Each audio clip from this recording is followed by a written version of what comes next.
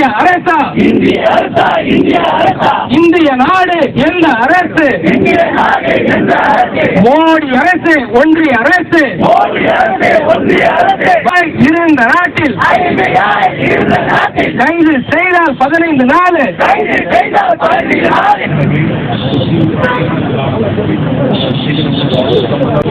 முதலிலே Marxist communist கட்சி அந்த மிகப்பெரிய சாதனையை படைத்திருக்கிறது. அதற்காக மார்க்சிஸ்ட் கம்யூனிஸ்ட் கட்சிக்கு என்னுடைய நெஞ்சார்ந்த வாழ்த்துக்களை தெரிவித்துக் கொள்கிறேன். தோழர்களே, இந்த 3 சட்டங்கள் என்பது இந்திய அரசியலமைப்பு சட்டத்தின் அடிப்படை உரிமைகளை பாதிக்கின்றதாக இருக்கிறது. ஒரு சட்டம் ஆங்கிலத்திலேயோ இருக்க வேண்டும் என்று அரசியலமைப்பு சட்டம் சொல்வதை மீறி அது சமஸ்கிருதம் கலந்த இந்தியிலே ஒரு சட்டம் பெயர் வைக்கப்பட்டிருக்கிறது. அந்த வழக்கு நீதிமன்றத்திலே வருகின்ற பொழுது நேற்று மத்திய அரசு வழக்கறிஞர் சொல்லுகிறார், அந்த சட்டத்தின் பெயர் எழுதப்பட்டிருப்பது ஆங்கிலத்திலே என்று ஒரு கண்டுபிடிப்பு சொல்லியிருக்கிறார். ஆங்கிலத்திலே என்றால் அந்த சட்டத்தினுடைய பெயரை ஆங்கிலத்திலே இருக்கிறதா? இப்படித்தான் மத்திய அரசினுடைய வழக்கறிஞர்களும் அமைச்சர்களும் இருக்கிறார்கள். அப்படிப்பட்ட இந்த சட்டம் எப்படி இயற்றப்பட்டது என்பது மிக மிக கேள்விக்குறியான ஒன்று, கேள்விக்குறியான ஒன்று. 147 நாடாளுமன்ற உறுப்பினர்களை வெளியேற்றிவிட்டு ஒரு சட்டம் உருவாக்குகிறார் என்று சொன்னால் அது எப்படிப்பட்ட மோசமான சட்டம் என்பது உங்களுக்கு தெரியும். மேலும் இந்த சட்டம் வன்கொடுமை தடுப்பு சட்டத்தை நீர்த்து போக செய்கின்ற அளவிற்கு இந்த சட்டத்தில் இருக்கின்ற சரத்துகள் உள்ளது.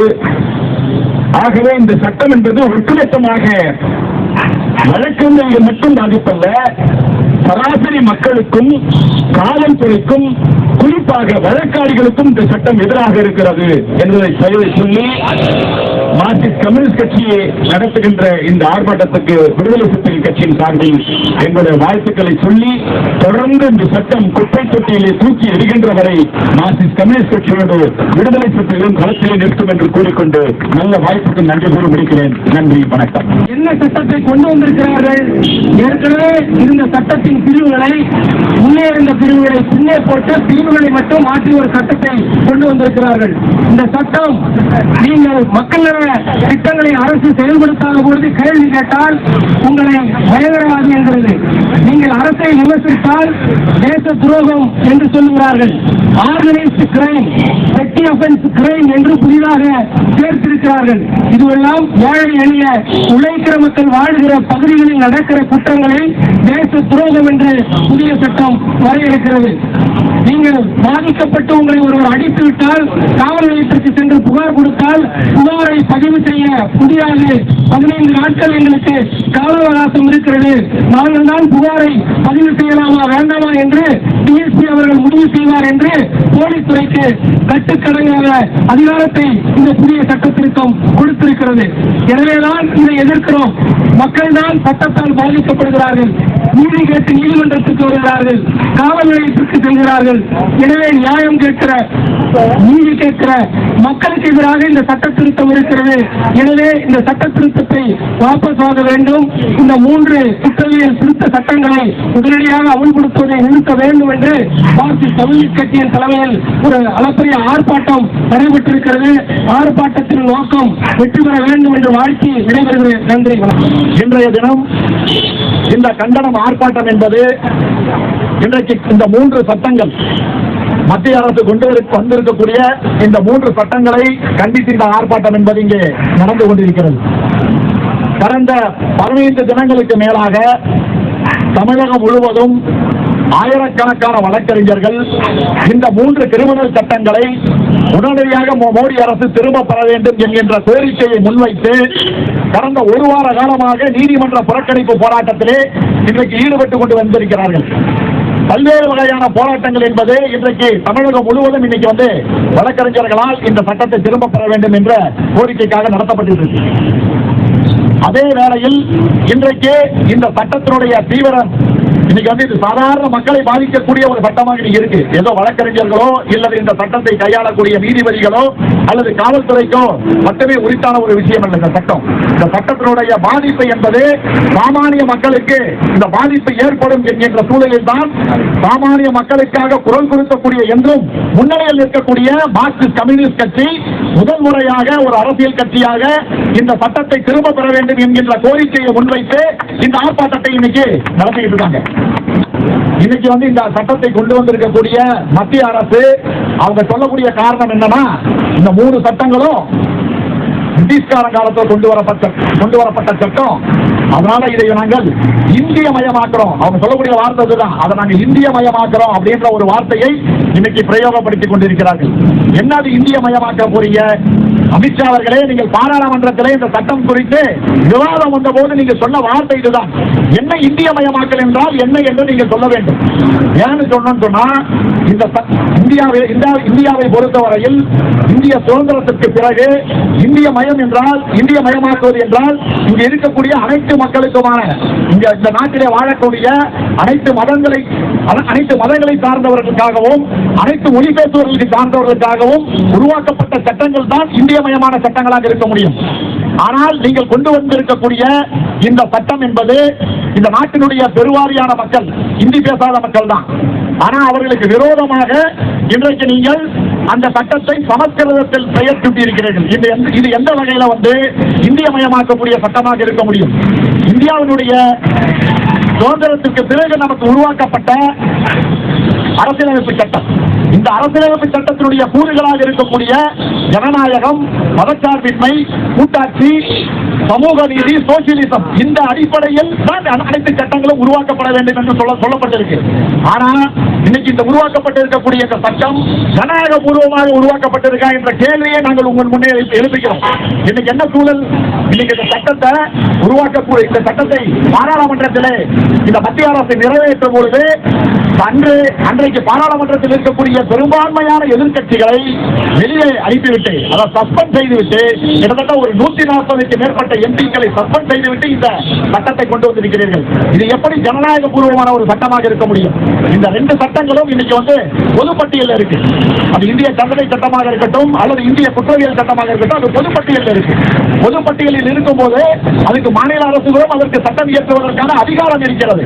நீங்கள் அந்த சட்டத்தை ஏற்றும் போது எந்த மாநில அரசியாவது நீங்கள் கலந்து ஆலோசித்து இந்த சட்டத்தை ஏற்றி இருக்கிறார்களா என்ற கேள்வியை நாங்கள் உங்கள் முன்னே எழுப்புகிறோம். இன்னைக்கு சட்டங்களை உருவாக்கிவிட்டு அது இந்தியமயமான சட்டம் என்று இன்றைக்கு நீங்கள் வாய்ச்சாலம் காட்டுவது என்பது சரியாக இருக்காது என்பதை இந்த ஆர்ப்பாட்டத்தின் மூலமாக நாங்கள் சுட்டிக்காட்ட விரும்புகின்றோம்.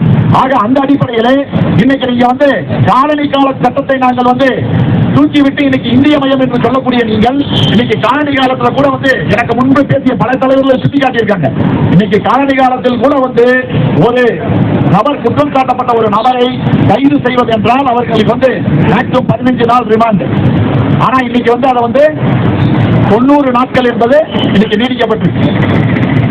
நீதிபதி கிருஷ்ண ஐயர் வந்து ஒரு வழக்கில் 1977 ஸ்டேட் ஆஃப் ராஜஸ்தான் வாபஸ் பாலையா என்கின்ற வழக்கிலே சொல்லும் போது ஜெயில் வந்து உரிமை, அது வந்து பெயில் என்பது உரிமை என்று சொல்கிறார். பெயில் என்பது ஒரு விதிவிலக்கு என்று சொல்கிறார். Fail is a right and jail is an exception என்று சொல்கிறார். ஆக அந்த விதத்திலே 1977 நீங்கள் அந்த உரிமை என்பது வழங்கப்பட்டிருக்கிறது. ஆனால் இன்றைக்கு இயற்றப்பட்டிருக்கிற இந்த புதிய சட்டம் என்ன சொல்கிறது?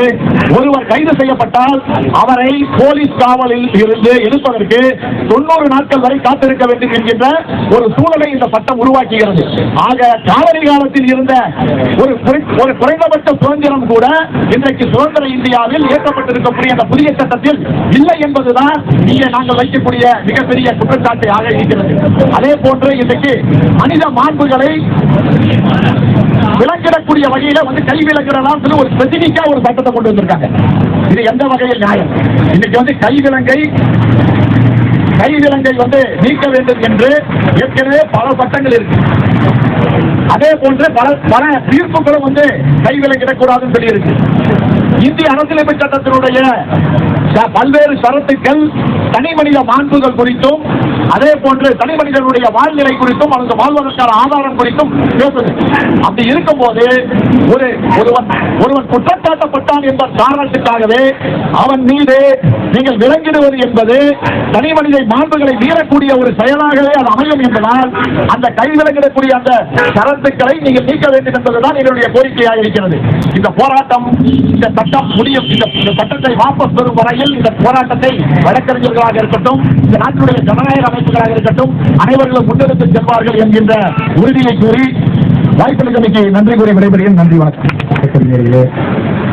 தலைமையேற்றிருக்கிற கட்சியுடைய மாவட்ட செயலாளர் சில்வா அவர்களே, உயர்நீதிமன்ற வழக்கறிஞர் அன்றைக்குரிய தோழர் குருமூர்த்தி அவர்களே, செயலியினுடைய மாநில செயலாளர் அன்றைக்குரிய தோழர் சிவகுமார் அவர்களே, பார் கவுன்சில் உறுப்பினரும் நம்முடைய செயலியினுடைய துணைத் தலைவருமாக இருக்கிற வழக்கறிஞர் கோலந்தம் உள்ளிட்ட அனைத்து தோழர்களே, ஊடக நண்பர்களே, பத்திரிகை நண்பர்களே, உங்கள் அனைவருக்கும் என்னுடைய பணிவான வணக்கம். நம்முடைய இந்த மோடி அரசாங்கம் ஜனநாயகத்துக்கு விரோதமான முறைகளை நிறைவேற்றிருக்கிற இந்த 3 சட்டங்களுக்கு நம்முடைய கண்டனத்தை தெரிவிக்கக்கூடிய முறையில் ஒரு தொடக்க நிலையிலே மத்திய சென்னையின் சார்பிலே இந்த ஆர்ப்பாட்டம் நடைபெற்றுக் கொண்டிருக்கிறது. இதற்கான முன்முயற்சி எடுத்திருக்கிற மத்திய சென்னை மாவட்ட செயலாளருக்கும் மத்திய சென்னை மாவட்ட குழு தோழர்களுக்கும் என்னுடைய நன்றியையும் பாராட்டுகளையும் தெரிவித்துக் கொள்கிறேன். இங்கே விடுதலை சிறுத்தை கட்சியினுடைய வழக்கறிஞர் பிரிவு தலைவர் பார்வையர் அவர்களும் உரையாற்றியிருக்கிறார்கள். வருகிற 15ஆம் தேதி முதல் 16ஆம் தேதி வரை தமிழ்நாடு முழுவதும் மார்க்சிஸ்ட் கம்யூனிஸ்ட் கட்சியின் சார்பில் இந்த 3 சட்டங்களை வாபஸ் பெற வேண்டும் என்று வலியுறுத்தி மக்கள் சந்திப்பு இயக்கத்தை நடத்துவது என்று நாங்கள் தீர்மானித்திருக்கிறோம். அதன் மூலம் தமிழக மக்கள் மத்தியிலே இந்த சட்டங்கள் எவ்வளவு கொடுமையானது என்பதை எடுத்து சொல்லி போராடுகிற வழக்கறிஞர்களுக்கு பக்கபலமாக மக்களை திரட்டுகிற அந்த மகத்தான பணியினை மார்க்சிஸ்ட் கம்யூனிஸ்ட் கட்சி ஈடுபட இருக்கிறது என்பதை நான் இந்த நேரத்தில் பணியோடு தெரிவித்துக் கொள்ள விரும்புகிறேன். சமீபத்தில் நடந்த மத்திய குழு, மார்க்சிஸ்ட் கம்யூனிஸ்டுடைய மத்திய குழு இந்த சட்டங்கள் எவ்வளவு மோசமானது என்பதை விளக்கி ஒரு விரிவான தீர்மானத்தை நிறைவேற்றி இந்திய நாட்டு மக்களுக்கு சொல்லியிருக்கிறது. மோடி அரசாங்கத்தை நாம் கேட்க விரும்புவதெல்லாம் இந்த சட்டத்தை நீங்கள் இந்திய மயமாக்குகிறோம் அல்லது இன்றைக்கு ஏற்ப நாங்கள் பொருந்துகிற சட்டமாக மாற்றியமைக்கிறோம் என்று சொல்லுகிறீர்கள் என்றால் உண்மையிலேயே அதுதான் உங்களுடைய நோக்கம் என்றால் நாங்கள் என்ன கேட்கிறோம்?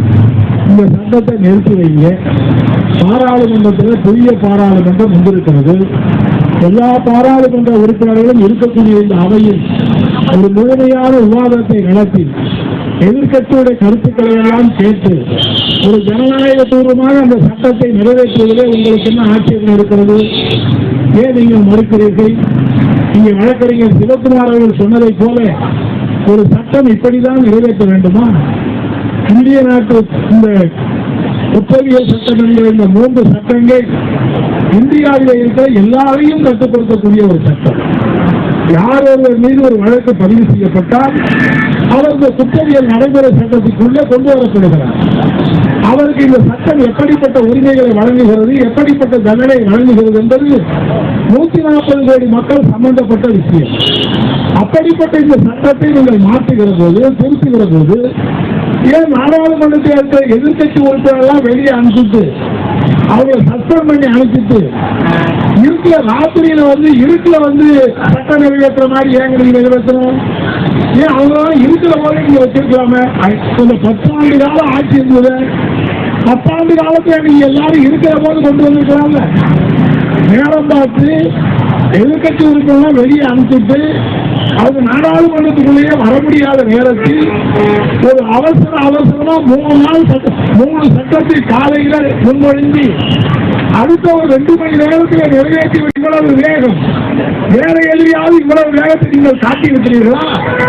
ஆகவே தான் நாங்கள் சொல்றோம், இந்த சட்டம் நிறைவேற்றியது ஜனநாயக படுகொலை என்பது மட்டுமல்ல, நிறைவேற்றிய விதமே நீதிமன்ற, சட்டமன்ற, நாடாளுமன்ற நெறிமுறைகளுக்கு விரோதமானது. எனவேதான் அதை மீண்டும் நீங்கள் விவாதியுங்கள், மீண்டும் நாடாளுமன்றத்தில் தாக்கல் செய்யுங்கள். எதிர்க்கட்சி உறுப்பினர் எல்லாரும் விவாதிக்கட்டும். உயர்நீதிமன்ற உச்சநீதிமன்ற வழக்கறிஞருடைய கருத்துக்களை கேட்டுவிட்டு செய்வோம். எல்லாத்தை விட என்னன்னா, ஒரு சட்டம் நிறைவேற்ற வேண்டும் என்று சொன்னால் இருக்கிற நடைமுறை என்ன? இந்தியாவுடைய லா கமிஷன் என்கிறது ஒன்று இருக்கிறது.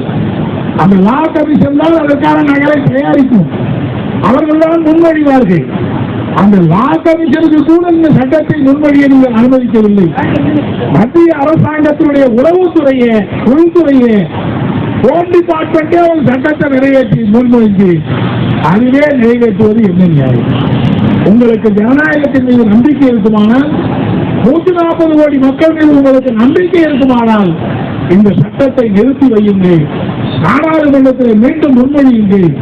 முறைப்படி எங்களுக்கு ஆதரவாக இல்லை. ஒரு சட்டம் நிறைவேற்ற வேண்டுமானால் என்ன ஜனநாயக நடைமுறை இருக்கிறதோ அதையெல்லாம் பின்பற்றி இந்த சட்டத்தை நிறைவேற்றுங்கள். இல்லை என்றால் நீங்கள் அவசரமாக சட்டத்தை நிறைவேற்றிட்டு ஜூலை மாதம் 1ஆம் தேதி அமலுக்கு வந்து திடீர்னு சொல்லிட்டு போலீஸ்காரிட்ட போனான்னு வைங்களேன், ஏற்கனவே ஐபிசின்னு சொல்லுவார் இருக்கிறாங்க. இப்ப இந்த சட்டத்துக்கு பேர் அவர் சொல்ல பார்ப்போம். சட்டத்துக்கு பேரே வாயில நுழையாது. அதாவது பாரதிய நாகரிக் சுரக்ஷா சனிகாரம். இனியா சுரக்ஷாவது பாரதிய நியாய சுரக்ஷா சனிகாரம். ஏன் இப்படி பேர் வைக்கணும்? இதுவரைக்கும் ஆங்கிலத்தில் பேர் இல்லையா? அவர் சொன்ன மாதிரி நீதிமன்றத்தில் ஒருத்தர் சொல்றோம் பாருங்க, இந்த சட்டத்தை நாங்க ஆங்கிலத்தில் தானே பேர் எழுதிக்கிறோம். அதாவது ஹிந்தி பேரை ஆங்கிலத்தில் எழுதிட்டு அதுதான் ஆங்கிலத்தில் எழுதிட்டு இந்த மாதிரி ஒரு விளங்காத ஆளுகளை மத்தியில் வச்சுக்கிட்டு நீங்க சட்டம் நிறைவேற்றுவது இந்த நாட்டினுடைய ஜனநாயகத்தை சபைக்குடிக்கு அனுப்பிவிடும். பாதிக்கப்படுகிற ஒவ்வொரு குடிமகனும் பாதிப்பான். நாளைக்கு ஒரு ஆட்டோ டிரைவரை பிடிச்சி உள்ள போட்டான்னு வைங்க, 90 நாளைக்கு அப்புறம் தான் ஒரு கோர்ட்டுக்கே திரும்ப வருவார். 90 நாள் சொப்பைனருக்கு பிரிட்டிஷ்காரன் போட்ட சட்டம், பிரிட்டிஷ்காரன் இல்ல, அவன் போட்ட சட்டமாவது பரவாயில்லையா? 15 நாளைக்கு ஒரு முறை அவன் கோர்ட்டுக்கு வருவான். நண்பர்களை பார்ப்பான், சொந்தக்காரனை பார்ப்பான். நீதிபதிக்கு முன்னாடி போய் ஐயா நீதிபதி அவர்களை எங்க ஜெயில அப்படி அடிக்கிறாங்க அப்படின்னு சொல்ல முடியும். இப்போ ஒருத்தன் உள்ள அஞ்சாம வைங்க, அவன் அப்படியே நேரம் எவ்வளவுக்கு போற வரைக்கும் வெளியிலேயே விட மாட்டான். 90 நாள் கழிச்சு தான் திரும்ப வரணும்னா 90 நாள் அவன் கதி என்ன ஒண்ணுமே. சரி, குடிச்சு போனவன் எல்லாருக்குமே நாளைக்கு தண்டனை உறுதி ஆயிடுதா? ஒரு வழக்கு போட்டா ஒரு 10% 15% வழக்கு தான் தண்டனை வருது. மீதி இருக்கிற வழக்குல 3 வருஷம் கழிச்சு, 4 வருஷம் கழிச்சு, 7 வருஷம் கழிச்சு அவன் நிரபராதி என்று விடுவிக்கப்படுகிறது. அப்பதான் அவன் இவ்வளவு நாள் உள்ளதுக்கு யார் பொறுப்பேற்றுகிறது? அவன் அனாவசியமா ஜாமீன் கூட கொடுக்காம உள்ள வைக்கிறதுக்கு யார் பொறுப்பேற்றுகிறது? அவன் குற்றமே செய்யாத தண்டிக்கிறது நியாயமா?